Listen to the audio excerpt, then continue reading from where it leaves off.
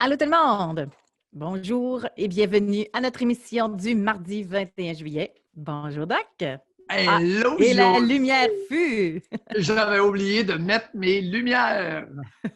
Bon, OK. Alors, bienvenue Oh, à vous, l'éclairage. vous qui êtes en train de vous connecter. Ben qui est là. Bonjour Ben! Bienvenue, bienvenue les abonnés. Exactement. Nous avons Sylvain. Rebonjour. Ça veut dire que vous êtes hello meeting si vous dites rebonjour.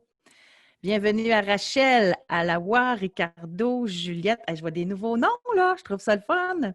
Benoît, Odette, bonjour, Femme 28, Michael, Martin, Angélique qui est là aussi. Alors, aujourd'hui, dans notre émission, nous avons fait voter les gens qui étaient présents dans le meeting. C'était vraiment très, très serré. On vous dévoilera. C'est tellement serré que l'autre sujet, on va le faire demain possiblement. Et là, aujourd'hui, le thème de l'émission, c'est est-ce que vous avez peur de décevoir? Est-ce que vous avez peur de déplaire? Doc, moi, je pense qu'il y a un genre. Allons-y avec les préjugés. J'en ai un. Et voulez-vous commenter tout d'abord? Voulez-vous que j'explique moi, personnellement d'où est venue l'idée? Écoute, j'ai fait mon envolée à 9h30. Elle va Parfait. être retransmise. J'aimerais suggérer que ce soit envoyé aussi au psychiatre Gilles Chamberlain. OK, on va mettre ça. Parce que le pauvre, je l'ai entendu ce matin à TVA, puis il était tellement démuni, il en faisait pitié.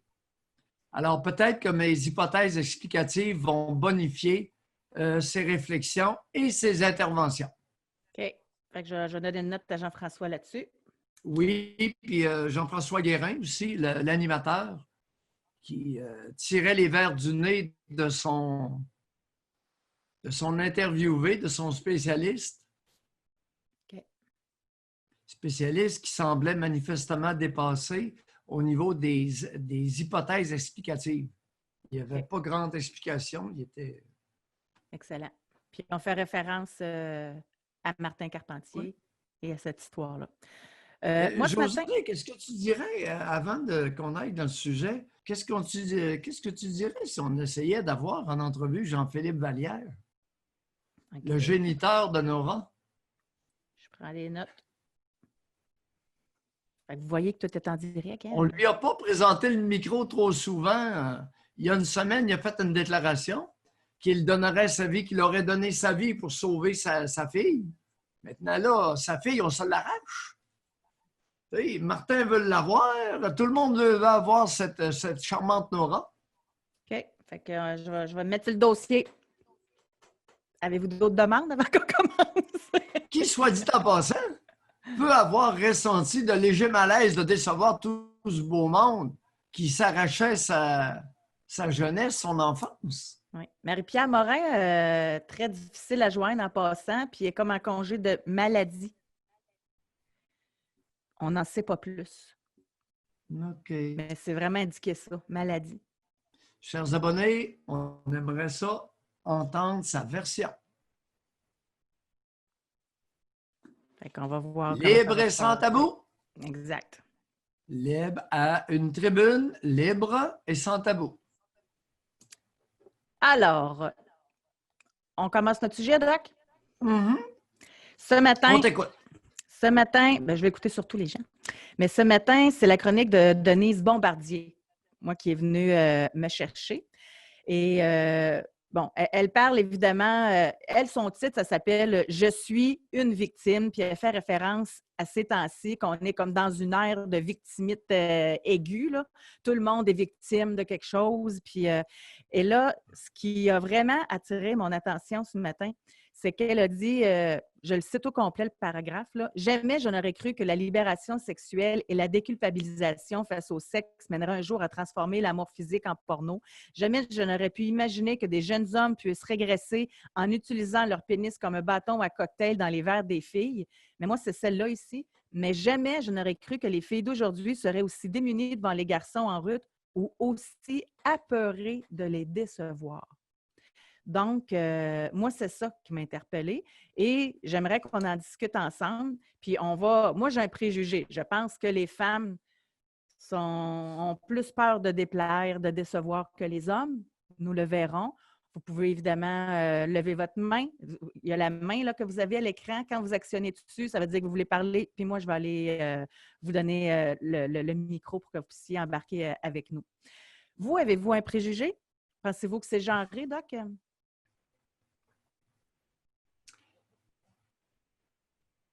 La question que je me pose, c'est en lien avec la mort de la jeune fille d'11 ans, Nora.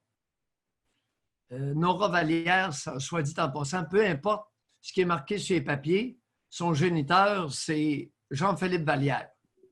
Alors, c'est pas Carpentier. Carpentier, c'est le beau-père. Fait que je me fous de ce qu'on a mis sur papier, c'est Nora Vallière. Bon, Nora Vallière le mieux, si vous voulez, le mieux Vallière. Sa génitrice serait Amélie Lemieux et son géniteur serait Jean-Philippe Vallière. Qu'on me corrige si j'ai tort. Bon, ceci étant dit, est-ce qu'il est possible que Nora n'ait pas eu peur de décevoir Carpentier alors qu'elle aurait dû? Pas fin comme question, hein?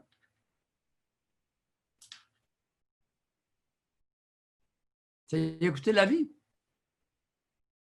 Qu'est-ce que cette fillette, jeune fille, grande fille de 11 ans, on va l'appeler une grande fille, parce que c'est plus une fillette. Sa sœur est une fillette. Romy, elle a 6 ans, c'est une fillette. Mais à 11 ans, c'est pas une jeune femme, c'est une grande fille. Bon. Qu'est-ce que cette grande fille-là a pu annoncer à Carpentier pour qu'il parte de Lévis puis aille se dirige sur la 20 en direction de Montréal. Passe tout douette. Accident d'auto dans le bois, 2 morts, puis suicide. Bon. Qu'est-ce qu'elle a bien pu lui dire qui a déçu monsieur? Alors, la peur de décevoir puis la peur de déplaire, est-ce qu'il est possible que dans certains cas, si vous n'avez pas cette peur-là, vous pouvez jouer avec votre vie? Est-ce que ça irait là aussi ce matin, je délie? Ce qui est très dommage avec la mort de Martin Carpentier, c'est qu'on n'aura pas ces détails-là. On ne saura pas qu'est-ce qui s'est dit. Le pourquoi. José, je ne suis pas d'accord avec toi. Ou à moins que ça vienne de l'entourage. Si ça s'était dit avant, mais si ça s'est passé dans le char, comme vous dites, que la petite y annonçait quoi, l'entourage ne le sait pas. Ou, on vient de vous perdre votre caméra, là. Attends un petit peu, on va réparer ça. C'est beau, tout est beau. Oui, mais attends un petit peu, là. J'ai un problème de batterie. Je dis que la technologie, là, on va modifier une coupe de cossins. C'est pas grave. Aïe, aïe, aïe, aïe, aïe. Bon, est-ce que c'est bien celui-là? Je pense que oui. On va. Il est faible. Bon, là, je vais être plugué, cher. Parfait. Sur le fil. Excellent. Parce que si... Est-ce que tu m'entends? Oui, très bien. Attends un peu. Et là, attends un peu. Parle-nous un petit peu, hein? Tout est parfait, moi. Je vous entends très bien. Moi, je t'entends plus. Comment je vais faire pour t'entendre? Bien, là, vous êtes sur votre iPad? Oups. Bon, fait que montez le volume. Laissez faire vos écouteurs puis montez le volume de votre iPad. Audio. Sur votre iPad, excusez, on est live. Là. Sur votre iPad, là, attendez un peu. Non, je t'entends plus. Bon, sur votre iPad, là, oui. Vous avez un petit bouton aussi. Là. Oh, OK. Attends un peu.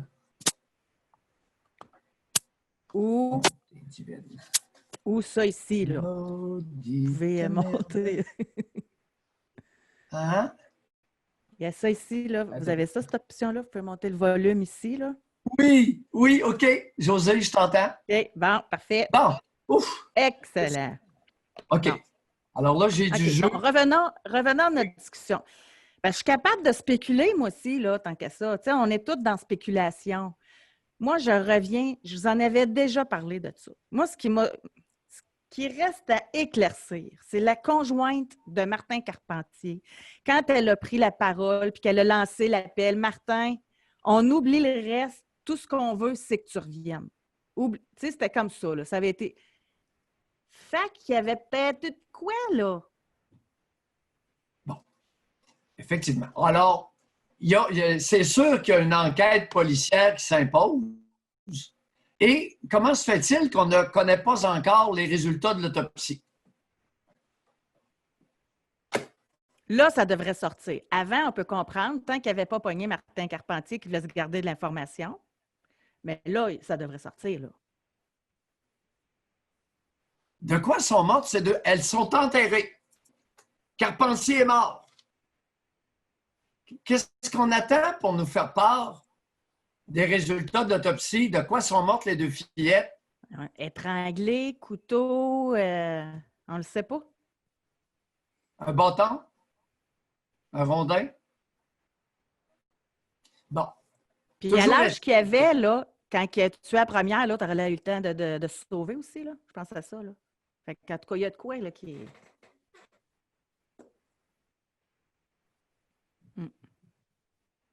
Mais d'après moi, la conjointe, elle doit être interrogée. Elle a dû passer dans le poste de police, certain. Oui. Ce serait intéressant d'avoir Cathy Gingras en entrevue avec nous autres. Les deux. Cathy Gingras, la conjointe, est supposément amoureuse de Carpentier. Si la police ne fait pas une enquête, on ne sera pas les seuls à vouloir en faire une parce que c'est l'intérêt public, là. Ça l'a envahi la scène du Québec.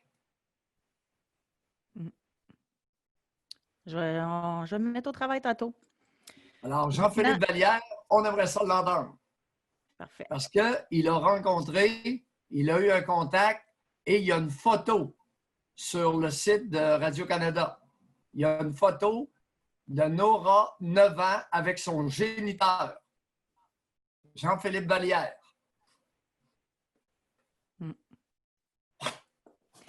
Maintenant, je vous ai posé la question si vous aviez un préjugé, à savoir si les femmes avaient plus peur de déplaire que les hommes. J'ai écrit la question.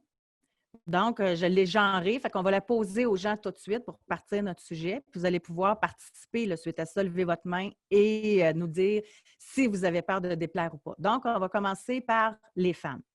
Mesdames, avez-vous peur de déplaire et de décevoir? Ensuite, on va poser la question aux hommes. Fait que là, comme ça, on va avoir une petite idée tout de suite, si c'est genré ou pas. Dans le contexte de notre clientèle d'abonnés. Alors, exactement. Chez les abonnés, c'est merci, la question est claire, elle est simple et elle pourrait être instructive. Avant d'aller vers les causes, est-ce que le constat est avéré, est fondé, est vrai? Ou c'est un préjugé, c'est une légende urbaine que les femmes auraient peur de... Préjugé et s'avère. 75% des femmes ont peur de déplaire. Oh. Moi, ça ne m'étonne pas. Mais pas à tout. Bon, arrêtez le partage. Vous êtes découragés? On va poser la question aux hommes. Denise était dans le mille. Denise Bombardier était dans le mille ce matin. Là, c'est le tour aux hommes de vouloir répondre à cette question-là. José, j'ai beaucoup peur. J'ai gros peur de déplaire. T'as pas idée comme j'avais peur de déplaire à ma mère quand j'étais petit. Merci de prendre le temps de répondre, les abonnés. Alors, voilà. On a le résultat et c'est 59% des hommes qui n'ont pas peur de déplaire. Donc, 41% ont peur de déplaire. Ouais. Avant de donner la parole, j'ai essayé quelque chose d'autre. OK? Mes questions de sondage vont être posées. J'en ai créé une autre. Ça m'intriguait. Et c'est à choix multiple. À qui avez-vous peur de déplaire? Là, ça s'adresse aux femmes. À votre père, votre mère, conjoint, ami, collègue et patron. Puis vous avez la possibilité d'indiquer plusieurs réponses. Ah, OK, OK, OK. Je viens de comprendre ton choix multiple. Oui. Ah, OK. Donc, on va être en mesure de Ah, voir. ciblé. José, merci. Beau travail. OK. Ah, ça va être super intéressant par la suite de continuer. Rappelle-moi le Mon pourcentage. père, ma José, mère, oui, mon conjoint, mes amis, mes collègues et patrons. oui. Rappelle-moi le pourcentage chez les femmes de la peur de déplaire. 75%. 60, les trois quarts. Oui, Par contre, chez les hommes, ça tombe à 40. OK, 41, c'est ça. 40. Ouais, Bon, autour de on 40. va dévoiler le résultat maintenant. Alors, la majorité, c'est aux conjoints qu'elles ont peur de déplaire. 61% des femmes ont peur de déplaire à leur conjoint. Ensuite, c'est collègues et patrons qui arrivent en deuxième position. Amis, puis père-mère, c'est pas mal égal. 26-28%. Hey, peur de déplaire aux conjoints. Oui. Oui. OK. OK. Est-ce que tu sais pourquoi? Il y a des conséquences et régulièrement des punitions. OK. On va poser la question aux hommes. J'ai mis les mêmes choix de réponse. Oui. Puis ensuite, on pourra continuer avec vous qui avez levé vos mains. Bon, là aussi, j'ai bien hâte de voir s'il y a une différence de genre. Merci de répondre. Alors, mon père, ma mère, ma conjointe, mes amis, collègues et patrons. Je vous laisse encore quelques secondes. Ben, voyons donc, oui. OK. Alors, c'est la conjointe. Peur de déplaire à la conjointe. En casse. Hein? Puis après ça, ça va à collègues et patrons. C'est le même, ça ressemble beaucoup aux femmes. Ouais, la même courbe. Oui, c'est ça. Ah ben, Même courbe, même affaire. OK. Alors, attention là. C'est pour ça que je t'ai demandé, chez les femmes, prévalence de la peur de déplaire, 75%, 3 sur 4. C'est toute une cohorte. Chez les hommes, 40%. Mais chez les femmes et les hommes qui ont peur de déplaire, c'est aux mêmes personnes. À peu près dans les mêmes proportions. Oui, ça mérite réflexion. Aïe, aïe! Donc, on va donner la parole à Mireille qui a levé la main. Bonjour, Mireille. Bonjour. Mireille. Moi, j'appelle aujourd'hui parce que cet homme-là m'interpelle beaucoup. Moi, j'ai toujours l'impression en fait, je crains de déplaire à tout le monde. Donc, que ce soit mon père en particulier, mes collègues, peu importe. Puis, j'ai peut-être 2 points que j'aimerais amener aujourd'hui. Le premier étant, en fait, par rapport à mes amis. Souvent, je me surprends à exprimer une genre de sympathie exagérée, un peu parfois artificielle, à l'égard que ce que ressentent les autres, en fait, mes amis. Comme par exemple, mes amies de filles vont me conter une difficulté qu'elles ont vécue. Puis là, on dirait que pour moi, c'est pas naturel. Je ne sais pas comment faire preuve naturellement de compassion.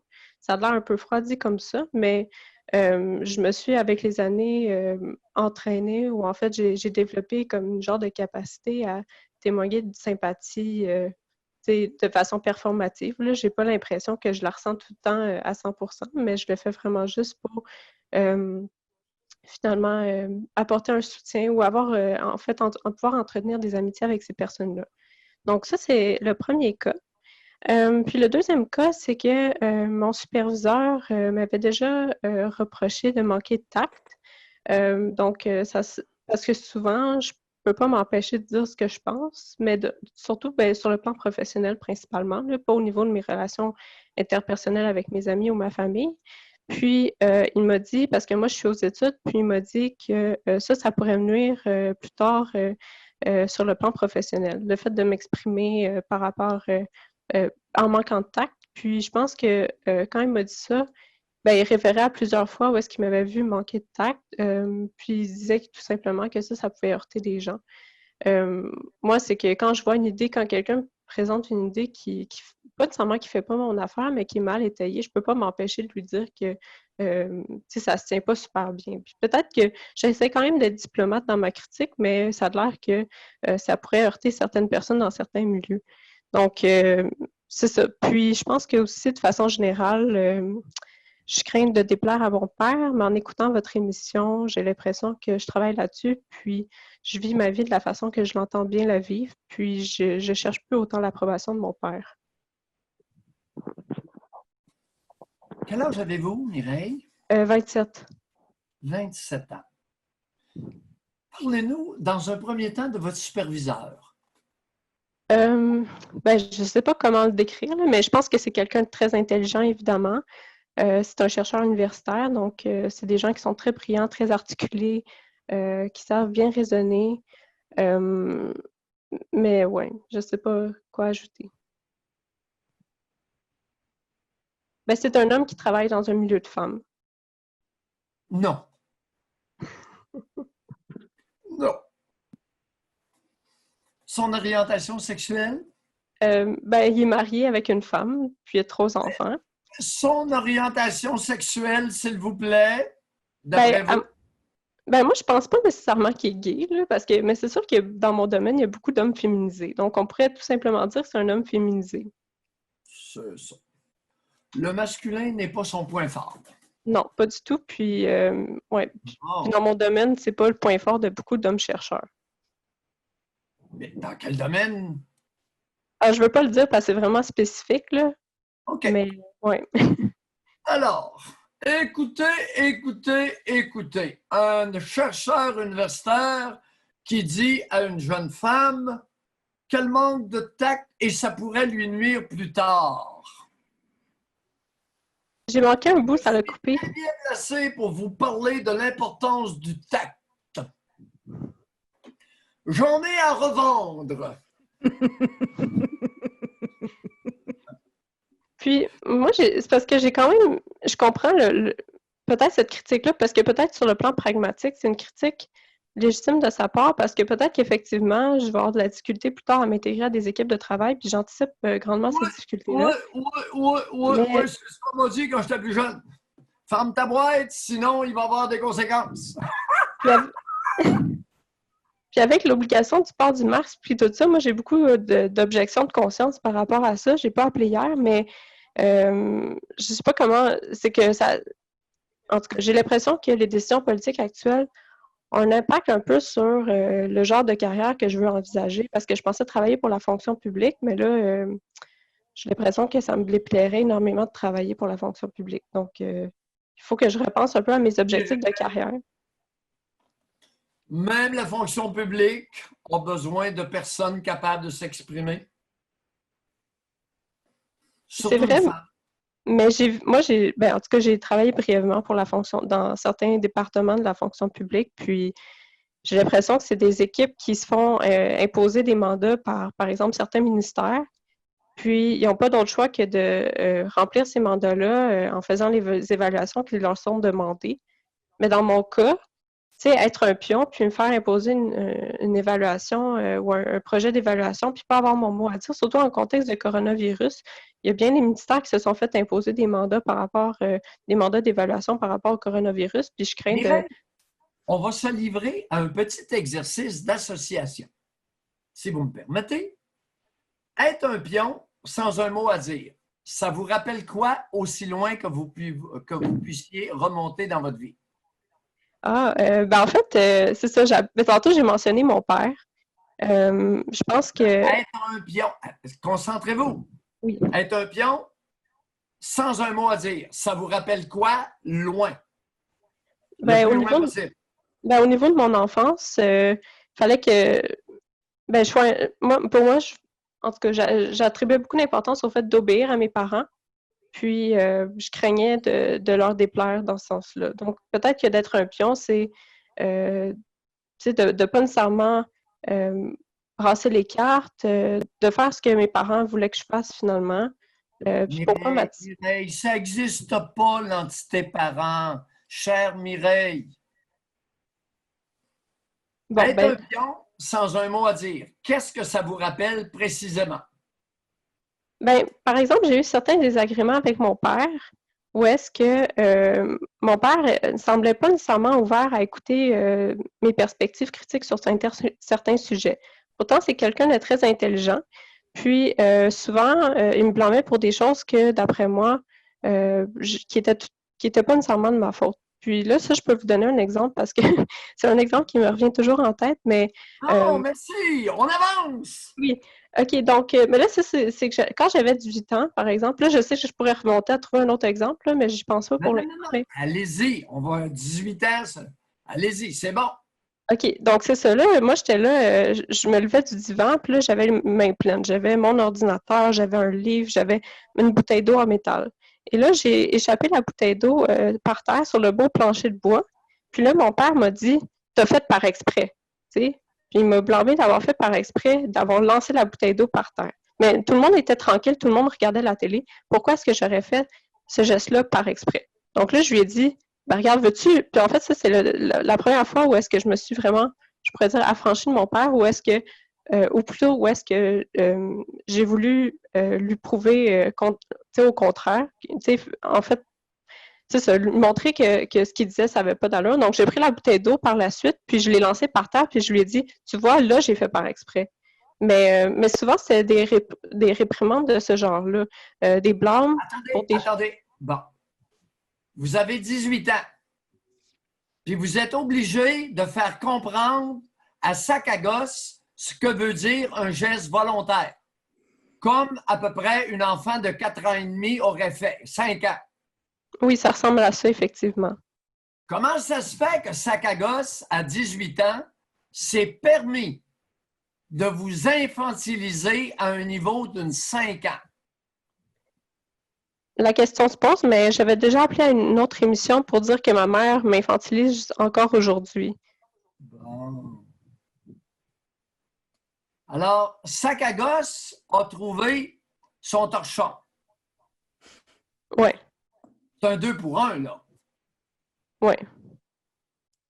Oui, ils travaillent ensemble. Mais là, j'ai moins l'impression qu'il m'infantilise, mais j'ai l'impression qu'il est jamais.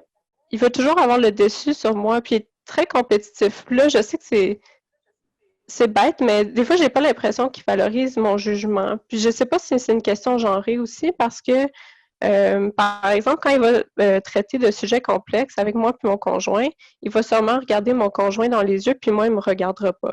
Je comprends que mon conjoint a peut-être un certain bagage professionnel qui lui permet de comprendre un peu mieux ce que mon père dit, mais d'un autre côté, j'ai quand même une tête sur les épaules, puis je suis légitimée de prendre part à la discussion aussi. Mais ça fait pas être ça le problème, qu'il vous trouve plus intelligente que lui puis que ça l'écoeure? Non, le problème, c'est qu'elle a une tête sur les épaules, mais elle a une paire de seins sur sa poitrine. Oh non, pas du tout. Non, je suis pas très attirante physiquement, je dirais. Puis je m'habille toujours de façon très conservatrice.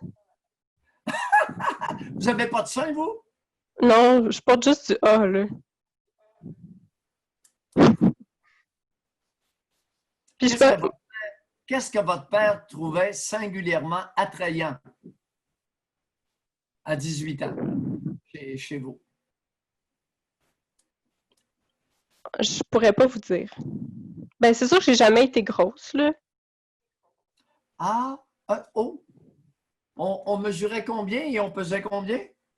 Peut-être 110, 115 livres, puis je mesurais 5 pieds 3, 5 pieds 4. Ouais, Mais ça n'a pas tellement changé. Ça, c'est bien maudissant. Hein? Une taille de Ma mère mannequin est très mince aussi. de 18 ans. Ma mère est très mince aussi. En fait, elle est beaucoup plus mince que moi. Peut-être un peu trop, là. Bah, la mère est anorexique. C'est dur de bander là-dessus. Là. La devise pour un anorexique, savez-vous qu'est-ce que c'est? D'un os à l'autre. Mais c'est sûr que, tu sais, au niveau de la sexualité, mes parents, je voudrais pas trop m'avancer, mais ma mère est très bloquée sexuellement. Elle parle jamais de sexualité. Puis ça m'a nui énormément pendant mon adolescence parce que, puis Non, j'écoute c'est votre pas émission. qu'elle en parle. Hé, Mireille, c'est pas qu'elle en parle. À votre connaissance, ils font-tu de temps en temps aussi d'un os à l'autre? D'un os à l'autre. Moi, je pense pas qu'ils le font souvent. Pardon? Je pense pas qu'ils aient des rapports sexuels régulièrement. Qu'est-ce que vous en savez? Allez-y, c'est intéressant. Ben, c'est juste avec l'attitude de ma mère, là, elle est tellement pognée, là. Euh, je- Aussi, ben, c'est ça, comme, elle a beaucoup de malaise à juste évoquer la sexualité. Donc, je me dis que à ce niveau-là, sûrement qu'elle n'a pas une sexualité épanouie. Elle aurait beaucoup moins de tabou, d'après moi, si elle s'épanouissait sexuellement. Et votre géniteur, lui, est-ce qu'il a une vie sexuelle active? Est-ce qu'il en est capable d'abord? Ben, À votre j'imagine Ah, qu'il en est capable. pardon? J'ai dit, j'imagine qu'il en est capable, mais je sais pas. Quand vous étiez jeune, adolescente, jeune adulte, est-ce qu'il avait tendance à vous prendre dans ses bras? Ben, peut-être juste des câlins, mais rien de plus que ça, là. Parlez-nous des câlins. Jamais plus que ça, mais des câlins, racontez. Ben, mettons que je revenais je sais pas, de l'école ou peu importe, ben là, il me donnait des becs sur les joues, puis il me serrait dans ses bras. Ah! Mais Mais je on pensais que avait... c'était correct. C'est des câlins paternels. Vous pensez pas qu'il devrait y avoir de contact physique entre une adolescente et son père?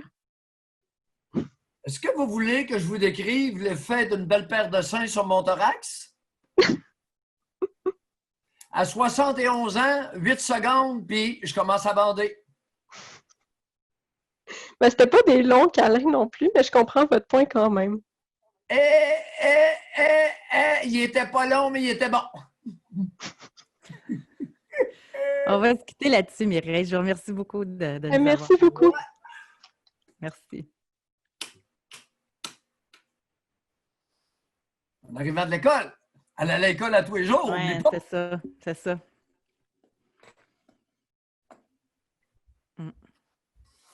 Avant qu'on poursuive, je vais lire un message que j'ai vu passer. C'est un peu en lien avec la peur de décevoir de Denise Bombardier de ce matin. C'est Annie qui a écrit. Elle dit ça a été très moche et très long de réaliser ça, mais je me suis aperçue que lorsque même j'ai des relations sexuelles, j'ai peur de dire ce qui ne me plaît pas pour ne pas déranger mon chum. Mais maintenant, je passe par-dessus, je le dis quand même. Je trouve quand même que c'est vraiment incroyable de ne pas avoir suffisamment de force intérieure pour vivre son intimité comme je le souhaite avant la quarantaine. Alors, question, un peu comme avec Mireille, qu'est-ce qui bloque votre force intérieure de s'exprimer? Et arrivez pas avec l'histoire mes parents. Les deux ont un rôle différent, ont eu un rôle différent et une responsabilité différente. Il est important de ne pas agglomérer les deux géniteurs ensemble sous le vocable « mes parents ». Non, ça n'existe pas, cette troisième entité-là. On va parler maintenant, je n'ai pas son nom, c'est Huawei P20 Pro. Alors, est-ce que vous êtes là? J'ai vu que vous avez levé votre main. Oui, bonjour. Oh. Est-ce que vous... Oui. Bonjour. Moi, c'est Oui, Martine. on vous entend.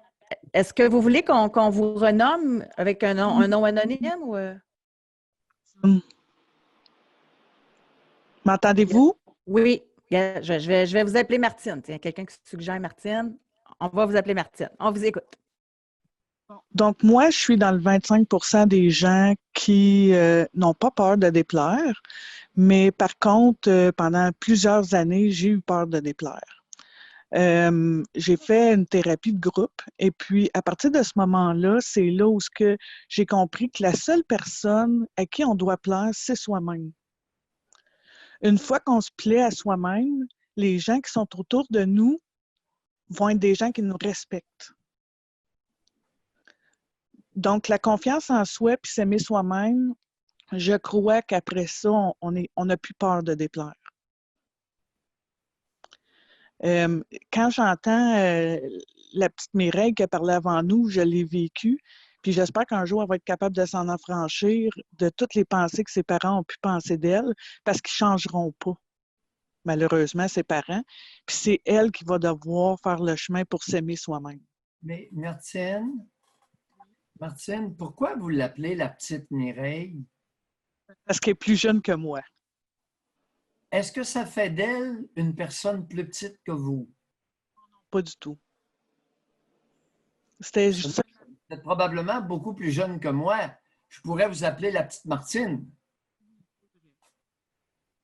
Pourquoi infantiliser une consoeur? Pour l'infantiliser, c'était vraiment affectueux. Pardon? C'était pas pour l'infantiliser, c'était plus... Non, il n'y a pas d'affection là-dedans. Là. Il n'y a pas d'admiration. Oubliez ça. Martine, ça, c'est une rationalisation très facile. J'en suis désolée. Mireille, là, elle a 27 ans. C'est une universitaire, elle est brillante. Ah, c'est Mireille, son nom. La petite, ce n'est pas de l'affection. On n'affectionne pas un individu en le diminuant. Parlez-nous de votre expérience personnelle. Donc, pour moi... L'infantilisation. L'infantilisation? Oui. Ben, je vois... C'est sûr que ma mère m'a souvent infantilisée, là, mais je ne crois pas. Pour moi, c'était pas de l'infantilisation. Allez-y, donnez-nous des exemples. Je sais, vous venez de nous le dire. Vous venez d'appeler Mireille la petite Mireille, puis vous dites que c'est affectueux alors que c'est clairement infantilisant. Alors, ma mère m'a souvent infantilisé, mais ce n'était pas de l'infantilisation. Est-ce que j'ai bien compris? Je ne l'ai pas infantilisé, je l'ai plus... comment je pourrais dire ça? Je me suis plus... j'ai vu sa petite fille comme moi j'étais. Pardon? Comment? Elle s'est reconnue en Mireille. Ben oui, mais pas... Est-ce que c'est une raison pour l'infantiliser si vous partagez une expérience commune avec elle? La petite fille en dedans de moi qui a reconnu la sienne. Bon. Alors, votre mère vous a souvent infantilisé. Racontez-nous ça. Revenez là-dessus. Même quand j'étais petite, ma mère, en fait, c'était pas la mère, c'était moi la mère. Mais quand j'ai eu ma fille, elle était toujours en train de me dire que j'étais pas bonne, que je faisais pas ça bien, que je devais pas faire des choses comme ça. Fait que oui, même adulte, elle m'en fait. Non, attendez un peu. Ça, c'est du dénigrement. Les mots sont importants, chère Martine. Alors, chère Martine, ça, c'est affectueux, affectueusement dit. C'est pas infantilisant. Alors, votre mère vous dénigrait dans votre rôle maternel. Est-ce que j'ai bien compris?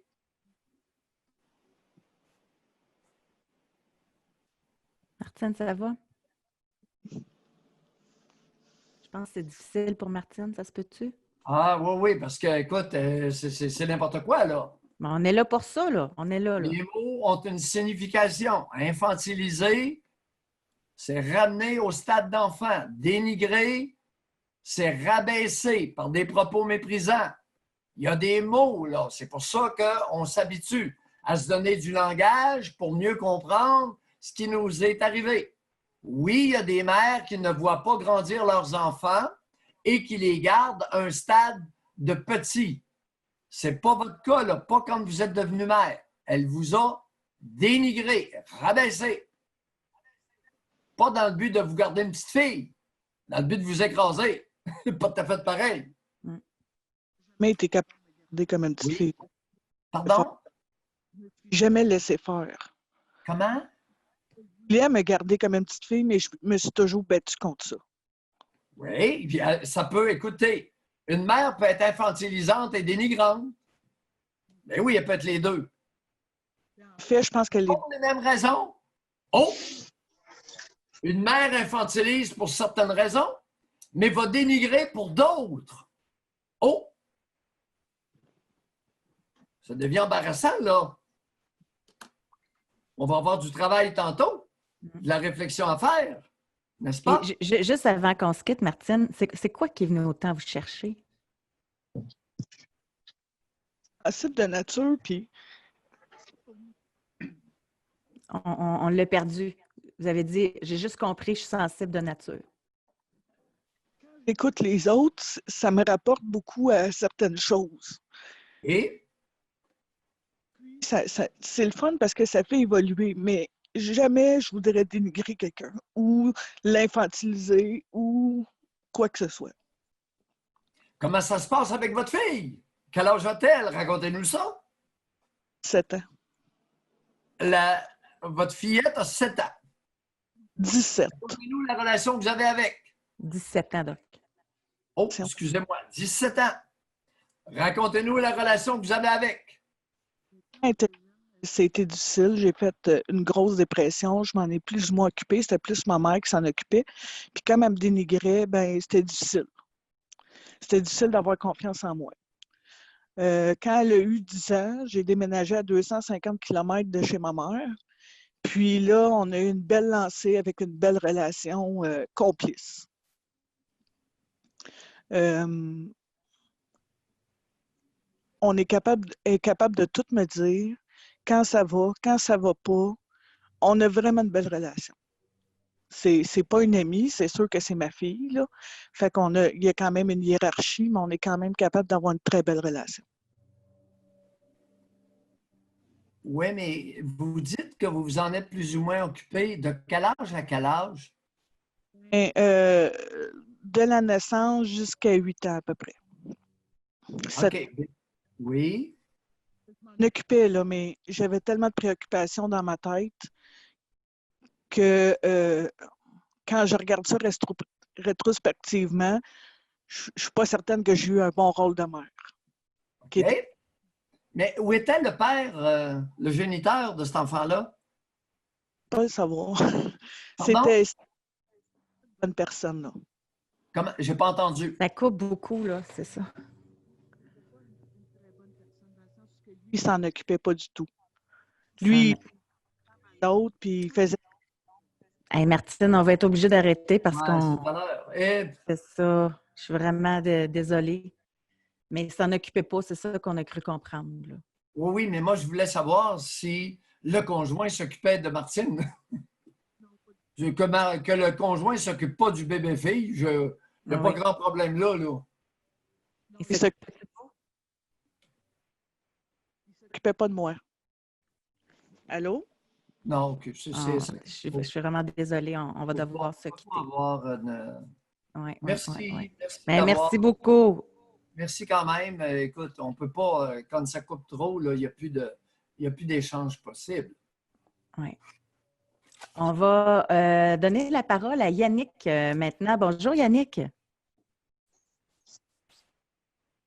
Vous pouvez actionner votre micro. Alors Yannick une fois.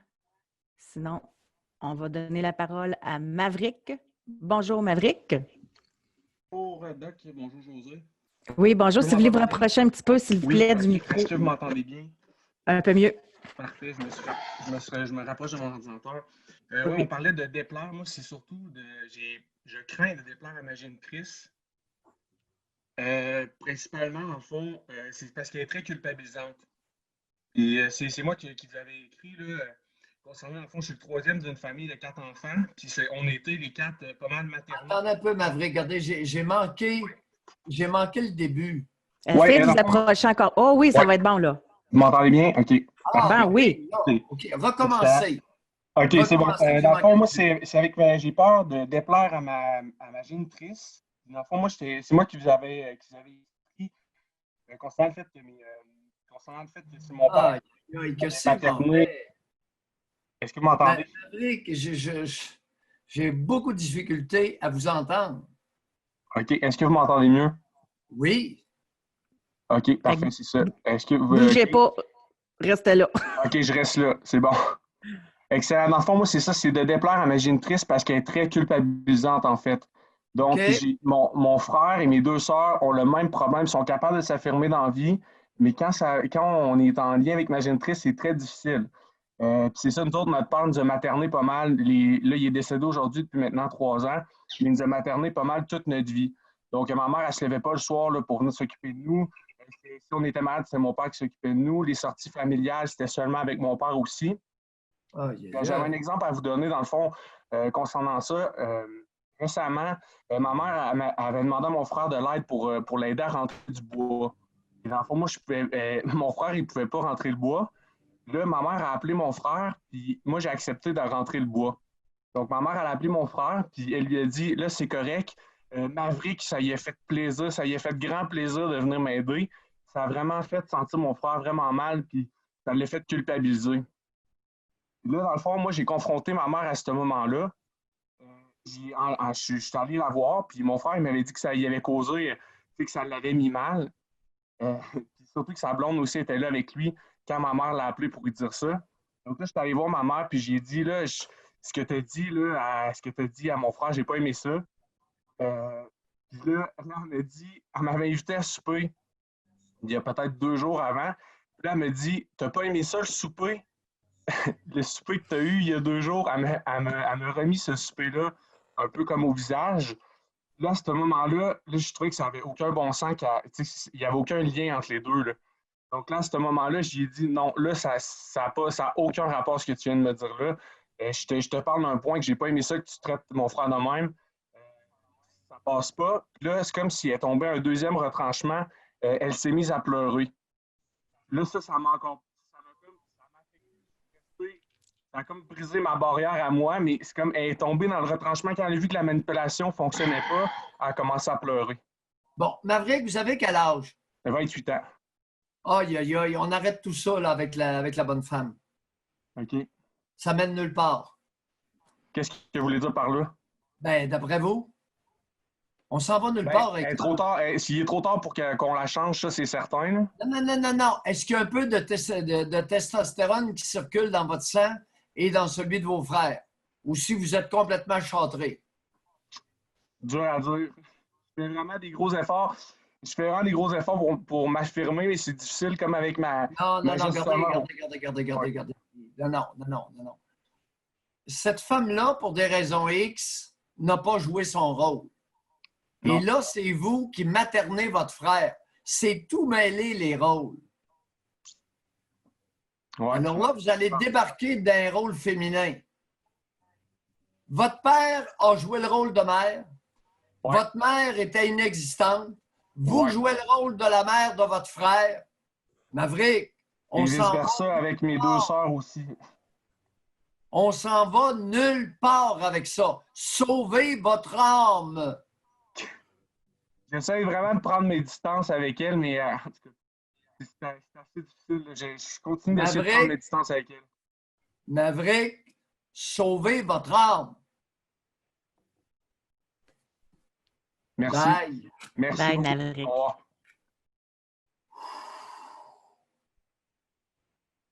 Vous voyez, à l'intérieur de certaines dynamiques familiales, vous pouvez vous aliéner, ça n'a pas de maudit bon sens dans la culture canadienne-française.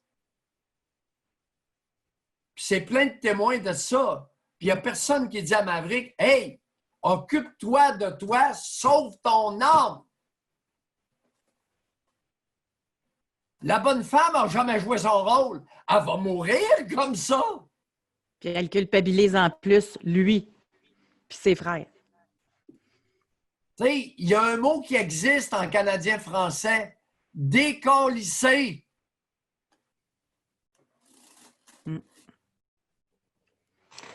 On va parler avec Robert qui a levé sa main. Bonjour, Robert. Bonjour. Robert. Oui, je trouve que ça tombe super bien dans quelque chose qui me rejoint beaucoup, votre sujet.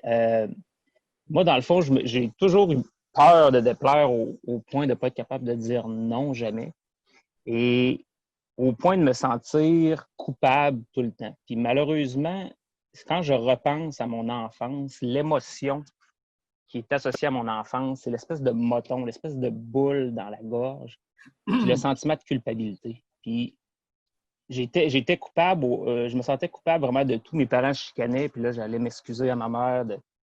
J'allais m'excuser à ma mère, dans le fond, de la chicane, alors que c'était pas de ma faute. J'étais du genre, quelque chose qui avait fait rire ma conjointe, c'est que j'étais du genre à aller prendre mes jouets et aller jouer devant mes parents parce que je me sentais coupable de ne pas jouer assez avec mes jouets alors que mes parents avaient travaillé pour mes payer. Et c'est ça, en gros, c'est ça. Tout le temps, pas être capable de s'affirmer. Robert, vous n'avez encore rien dit. Alors, mes parents, c'est un concept et malheureusement, c'est pas une entité. Alors, je ne sais pas si mon père ou ma mère. Ben, c'est ça. On va commencer par le début. Là. Qui faisait quoi? Qui était quoi? Quelle relation vous aviez avec qui? Mon père travaillait. Ma mère était femme au foyer. Fait que je vous dirais que la majorité du temps, je passais, quand j'étais jeune, c'était surtout avec ma mère. Mais ma mère était une femme très passive, qui s'affirmait pas. Puis c'était une femme très anxieuse, si on veut, névrosée. Puis je trouve que ça le nuit beaucoup parce qu'elle avait de la difficulté à sortir, des fois, aller faire l'épicerie, ces choses-là. Fait que j'ai comme l'impression que ça m'a comme un peu... ça m'a affecté d'une certaine façon, de voir ma mère... Contaminer, le mot, c'est ça m'a contaminé beaucoup. Pas exactement. Puis moi, je fais de l'anxiété. J'ai fait de l'anxiété. Puis le plus jeune que je me rappelle, c'est depuis l'âge de 5 ans. Ben oui. J'ai commencé à faire de l'anxiété. Ben oui. Vous savez, parlez-nous de la relation avec votre mère à 5 ans. Parlez-nous d'elle. 5 ans. Vous rappelez-vous? Oui. Ben, il y a de quoi qui s'est passé. Moi, à 5 ans, mon frère est né. Et je me rappelle avoir une période où j'ai détesté mon frère puis j'ai eu de la jalousie parce que j'ai comme l'impression que je me suis senti abandonné par ma mère, étant donné que mon frère naissait. Puis je me rappelle d'une certaine soirée à pleurer toute la soirée, à demander ma mère, puis elle venait pas. Il y avait juste mon père qui rentrait dans la chambre puis il disait « Ferme ta boîte, tabarnak, arrête de broyer, ta mère est avec son gars. » Puis, ouais, tabarnak! Est-ce que, Robert, vous ne comprenez pas le bon sens? Si ouais. Ça, c'est un Canadien français, comme il y en a beaucoup. Parlez-nous de lui. Oui, il y a de quoi j'aimerais vous dire par rapport à ça. Moi, j'étais un petit garçon hypersensible. Ouais. Puis ça m'a énormément ennuyé. Puis ça, je souhaite ça à personne de vivre ce que j'ai vécu. L'hypersensibilité, à être coupable de tout. Non, moi, un exemple. Robert. Arrivez au fait. Qu'est-ce que vous voulez nous dire de concret?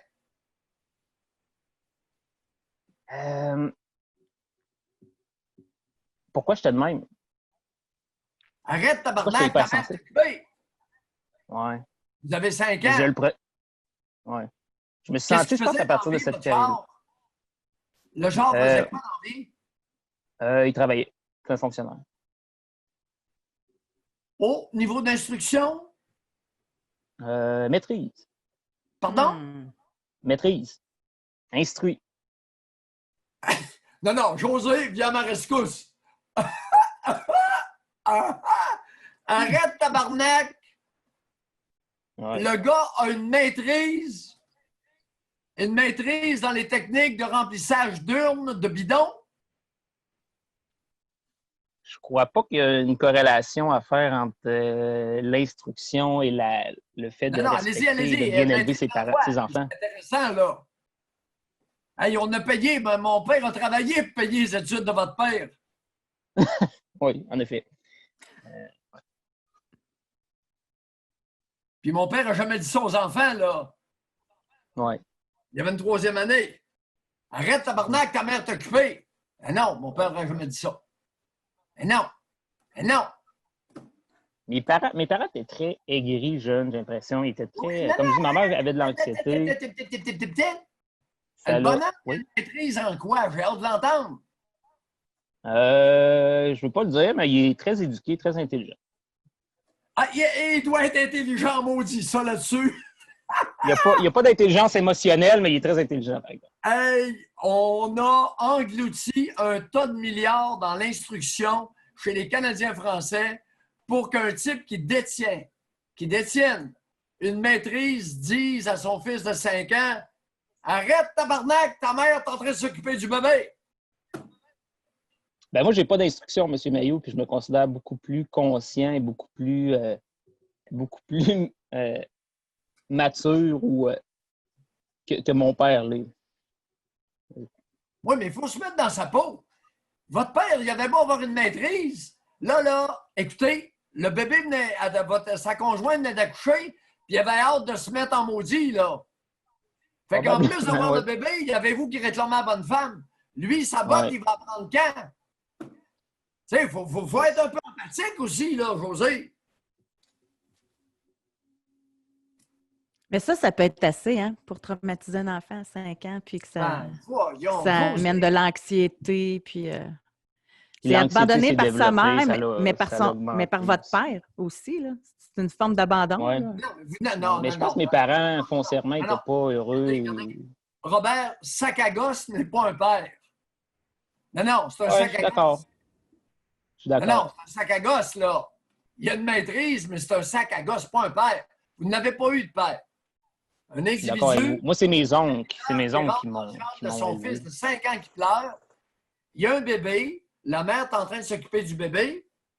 Et ce qu'il trouve de plus intelligent à dire, c'est arrête, tabarnak, la bonne femme t'occuper. Il m'avait frappé aussi. Ça, c'est pas. Vous avez quel âge, vous? J'ai 33 ans. Et comme je vous dis, ça a encore laissé des traces aujourd'hui. Puis par rapport à ça, j'ai peut-être une question. J'aimerais ça savoir. Mon hypersensibilité, à un certain moment donné. Robert, oui. J'ai hâte que vous nous parliez. Écoutez, vous nous avez dit que votre mère était supposément très passive, très anxieuse, de la difficulté à aller faire l'épicerie. Puis sac à gosse a une maîtrise en quelque chose, très instruit. Voulez-vous bien me dire quelle idée qu'il y a pris d'engrosser votre mère? Je pense que ma mère a toujours voulu avoir des enfants. Mon père. Est-ce que votre mère était belle? Quand même, c'est une belle femme. Oui, elle devait être belle. Elle devait avoir des qualités. Elle devait être belle. Il y a combien de frères et sœurs, Robert? On est 3 en tout. OK. Un frère, une sœur? Un frère, moi je suis dans le milieu. 2 frères, pardon. 2 frères. Vous êtes 3 garçons. Oui. Le gars fait 3 bébés à une femme qui n'est pas capable d'aller faire l'épicerie. Est-ce que j'ai bien compris? Oui. Non, ça se peut pas. Ma mère était très anxieuse, même répondre au téléphone, répondre à la porte, elle avait de la difficulté. 1990, le gars engrosse une non-fonctionnelle 3 fois. Elle devait être belle en maudit. Oui. Non, écoutez, votre mère, avec tout le respect qu'on lui doit, elle n'était pas fonctionnelle, pas capable d'aller faire l'épicerie. J'ai l'impression, son anxiété, j'en ai hérité aussi d'une certaine façon. Ben oui, c'est contagieux. Elle vous a contaminé. C'est très contagieux, puis ça m'a beaucoup nui. Ça me nuit encore aujourd'hui. Je comprends. Alors, il y a l'anxiété contagieuse de votre génitrice et le mépris extrêmement destructeur de sac à gosse. Très méprisant. Très méprisant. Mon père, c'était jamais de... Imaginez-vous donc, je l'ai inféré, celle-là. Lorsqu'un homme, lorsqu'un géniteur est capable de vous dire ce qu'il vous a dit, ça prend un niveau de mépris incommensurable. Je suis d'accord. On a de tout dans la nation canadienne-française. On est bien pourvu. Puis Robert, en terminant, pas trop de contact avec eux ces temps-ci ou vous les côtoyez? J'ai côtoyé pas trop souvent, mais pour vous donner un exemple, moi, j'ai quitté mon emploi il y a quelques jours de tout ça pour faire des projets que j'aime. L'emploi, je détestais, il me nuisait énormément. Puis je leur en ai pas parlé parce que ils vont capoter, puis je suis au courant de leur réaction. On dirait que ça fait partie un peu de ma façon de m'affirmer ou de ne pas lui demander. J'aurais été du genre à lui demander leur opinion avant, puis là, je l'ai faite, puis ils sont pas au courant. À un moment donné, ils vont se demander « Hey, tu ne travailles pas aujourd'hui? » Puis je vais lui dire. Mais je trouve que ça fait partie de ma... Est-ce que votre père est argenté? Moyennement. Moyennement, on parle non, je veux dire non. Est-ce qu'il Non. Il vaut sa maison. Il vaut sa maison d'attitude. Bon, 350 000? Oui. Bon, il vaut la maison. La maison est claire? Oui. Bon, il travaille donc bien pas fort. Il n'y a pas plus. Il a simplement réussi à payer sa maison dans sa vie jusqu'à maintenant. Oui, puis encore, je pense qu'il y a des dettes de carte de crédit, puis tout. Oui, mais il ne pourrait pas travailler un peu plus? J'ai l'impression que l'argent rentre, mais elle sort rapidement de l'autre côté. Qui dépense? C'est mon père. C'est pas ma mère, c'est mon père. Sur quoi? Gambling. Ah. Les abonnés, je vous le laisse. Mm. Et Robert, un énorme merci. Vous savez, on a englouti un tas de milliards au Québec dans l'instruction des Canadiens français. Et dans certains cas, ça a été une ratée épouvantable. Merci, Robert. Merci. Mais j'aurais peut-être juste une petite question si vous avez 2 minutes. Comment? J'aurais une petite question si vous avez 2 minutes. Oui. C'est que j'ai réalisé qu'à un moment donné, je ne sais pas trop à quel âge, mais mon hypersensibilité que j'avais, moi, j'étais du genre à aller visiter la SPCA puis broyer pendant 2 semaines de temps. Puis à un moment donné, ça a disparu. Puis je me suis toujours posé la question si mon corps ou mon esprit, mon psychique, c'est pas coupé à un moment donné, étant donné que c'était tellement souffrant. À un moment donné, là, ça a comme il y a eu... je me suis toujours posé la question pourquoi j'étais hyper sensible, jeune, puis qu'en vieillissant, ça l'a disparu. Robert, vous étiez plein des microbes de votre génitrice. Et de mon accumulés et refoulés par le mépris de votre géniteur. Oui. Alors, à un moment donné, par petits morceaux, vous avez probablement la chance de devenir plus vous-même. Oui. Puis ça fait je commence à l'âge que j'ai présentement de devenir moi-même. Pardon? Je commence aujourd'hui à redevenir moi-même, à embrasser mes passions. Non. Vous ne redevenez pas vous-même. Vous devenez tranquillement plus vous-même. Vous ne l'avez jamais été. Oui, exactement. Je suis d'accord avec vous. Les bons mots. Ça valait la peine, votre question. Merci beaucoup. Merci, Robert. Merci. Un énorme merci à nos abonnés. Oui. On vous appelle. Merci beaucoup. On aime ça quand vous appelez. Puis il y en a 2 qu'on n'a pas eu l'occasion de discuter. Si vous voulez revenir jeudi dans notre sujet libre, vous serez les bienvenus aussi. Oui, puis si jamais Maverick peut améliorer la qualité, c'est intéressant son histoire, malheureusement, ça coupait trop. Là. Il faut qu'il y ait quand même. Il faut que ce soit audible. Autrement, c'est irritant. Puis moi, je perds le fil. Alors, qu'est-ce que vous voulez que. Oui. Bien, merci beaucoup tout le monde de votre présence. On se dit à demain. Bon après-midi. Il y a de grands Canadiens français. Il y a de très petits Canadiens français. Et beaucoup de sacs à gosse qu'on a appris aujourd'hui. On n'en manque pas. C'est bon, bye-bye.